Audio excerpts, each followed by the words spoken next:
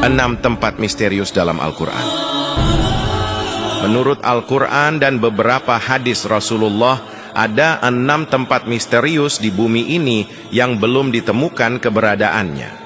Banyak orang hingga kini masih terus mencari lokasi 6 tempat misterius tersebut. Tempat misterius dalam Al-Quran yang hingga kini belum pernah terpecahkan keberadaannya di bumi ini masih menjadi misteri. Dalam Al-Quran seperti dalam surat Qaf dan sabda Rasulullah dijelaskan bahwa terdapat tempat misterius yang ada di dunia namun belum ditemukan lokasinya sampai saat ini. Dirangkum dari berbagai sumber, berikut daftar 6 tempat misterius dalam Al-Quran yang hingga kini belum ditemukan. 1. Telaga Ainul Hayat. Menurut beberapa ahli tafsir, Ainul Hayat merupakan sebuah air kehidupan yang bisa memperpanjang usia manusia. Barang siapa yang meminum airnya seteguk saja, maka hidupnya akan abadi. Kehidupannya juga dijamin oleh Allah hingga kiamat nanti, kecuali dia memohon kepadanya untuk dimatikan. Sejumlah hikayat mengatakan bahwa Allah menciptakan dunia dan menurunkan beberapa tetesan air dari surga ke dunia.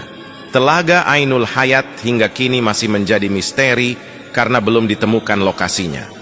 Beberapa sumber juga mengatakan bahwa Dajjal pernah mandi dan meminum air tersebut, sehingga ia masih tetap hidup sampai saat ini. Tak hanya Dajjal, seorang nabi bernama Khidir juga dipercaya masih hidup hingga saat ini dikarenakan meminum air ini. Beberapa pendapat mengatakan bahwa letak telaga Ainul Hayat dijaga Nabi Khidir. Telaga ini berada di Pulau Bermuda, oleh karena itu banyak kapal dan orang hilang saat melewati daerah tersebut. Karena di sana, para setan berbondong-bondong mengelilingi tempat tersebut untuk merebut Ainul Hayat. Namun jika Pulau Bermuda memang benar adanya, sekali lagi hanya Allah yang mengetahui di mana sebenarnya telaga Ainul Hayat.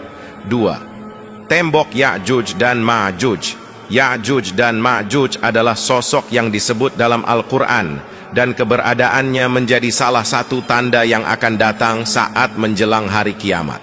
Sedangkan keberadaan Ya'juj dan Ma'juj dihalang oleh sebuah tembok yang kokoh dibangun oleh Raja di Zulkarnain. Perihal tembok penghalang Ya'juj dan Ma'juj ini lantas masih menjadi misteri, bahkan tidak sedikit yang menyebut dan percaya bahwa tembok besar Cina diyakini sebagai penghalang Ya'juj dan Ma'juj yang dibuat oleh Zulkarnain.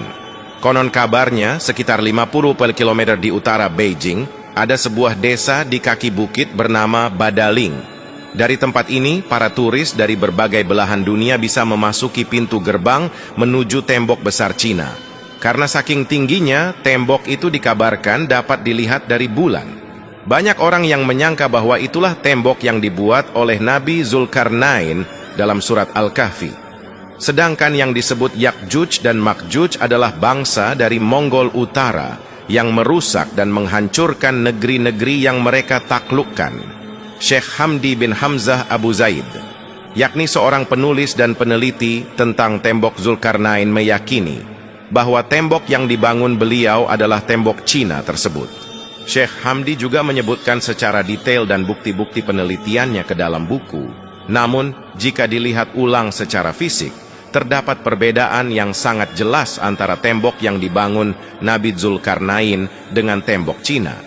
Tembok Cina terbuat dari susunan batu bata, sedangkan dalam Al-Quran disebutkan jika tembok Zulkarnain terbuat dari tumpukan besi yang dicampur dengan tembaga.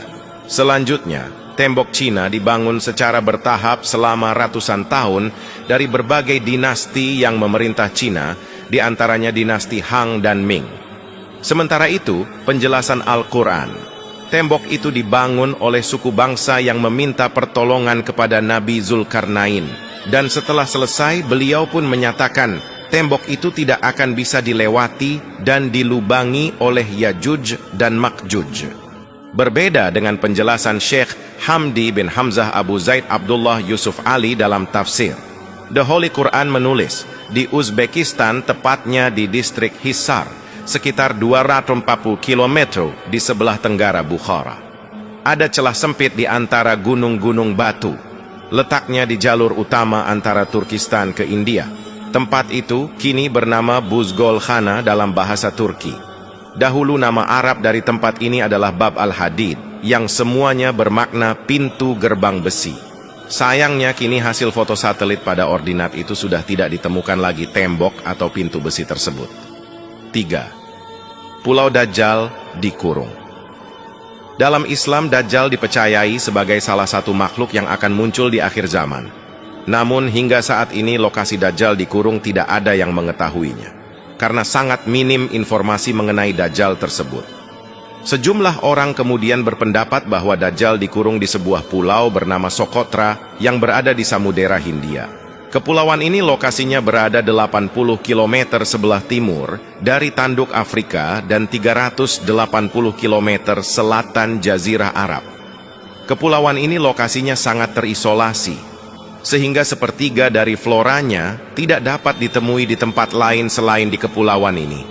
Karena pendapat tersebut tidak memiliki dalil yang kuat, sehingga banyak ulama yang tidak setuju jika Dajjal dikurung di Kepulauan Socotra.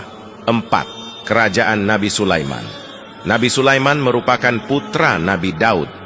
Nabi Sulaiman dikenal sebagai raja yang kaya raya dan memiliki kekuasaan yang sangat luas, sebagaimana dijelaskan dalam Al-Quran.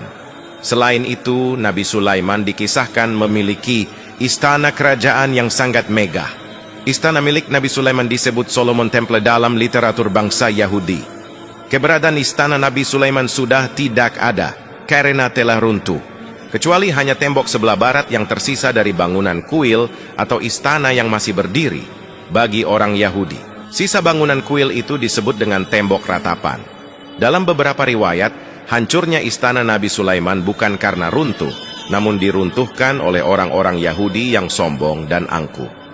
Hal ini juga dijelaskan dalam surah Al-Isra ayat 4 hingga 7. Kisah lain menyebutkan, jika ciri-ciri istana Nabi Sulaiman adalah pintu istananya terbuat dari kayu zaitun dan cemara.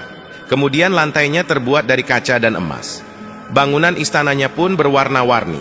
Dalam versi orang Yahudi, disebutkan biru mewakili langit sedangkan merah mewakili bumi. Ungu, kombinasi dua warna, yakni pertemuan dari langit dan bumi.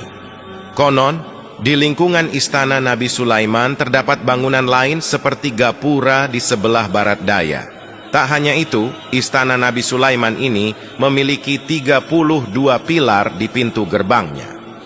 Beberapa orang meyakini pondasi kuil Sulaiman kini berada di Masjid Al-Aqsa. Namun, karena pondasinya sudah roboh, kuil ini tidak bisa dibangun lagi. Konon katanya, istana kerajaan Nabi Sulaiman terletak di sebelah selatan The Dome of Rock, yaitu masjid yang dibangun oleh Khalifah Al-Walid dari dinasti Umayyah. Tetapi, hingga saat ini, keberadaan kerajaan Nabi Sulaiman tidak ditemukan keberadaannya maupun sisa peninggalannya. 5. Jabal Qaf atau Gunung Qaf. Gunung Qaf diceritakan saat Nabi Muhammad pulang dari perjalanan Isra Miraj dari Sidrah Al-Muntaha di lapis langit ke-7. Di tengah perjalanan, Nabi melihat panorama yang sangat indah dari Jabal Qaf. Tampak sinar biru langit sehingga membuat Nabi Muhammad terpesona dengan keindahan Jabal Qaf. Rasulullah kemudian mengajak malaikat Jibril mengunjunginya, dan ternyata sinar biru itu adalah gundukan gunung besar bernama Jabal Qaf atau Gunung Qaf. Al-Alusi, seorang ahli tafsir Quran, mengilustrasikan Jabal Qaf sebagai gunung yang tak nampak oleh mata biasa. Jabal Qaf adalah sejenis gunung berlapis yang memiliki hingga 70 lapisan. Ibnu Asyur mengatakan, jika warna biru langit berasal dari pantulan cahaya biru Jabal Qaf. Di dalam Al-Quran sendiri, Jabal Qaf diabadikan dalam surat Qaf. Namun, sampai saat ini tidak ada orang yang mengetahuinya. 6. Sumur Barhut. Sumur Barhut merupakan sebuah sumur yang masih menjadi misteri. Sumur Barhut diyakini ditinggali oleh bangsa jin. Lokasi sumur ini berada di lembah padang pasir bernama Barhut, Hadramaut, Yaman. Selain itu, sumur Barhut diyakini merupakan sebuah sumur dengan sumber mata air yang paling buruk di dunia. Sumur Barhut memiliki luas sekitar 100 meter persegi dan memiliki kedalaman sekitar 250 meter. Sumur Barhut adalah sebuah legenda yang masih menjadi perdebatan hingga saat ini.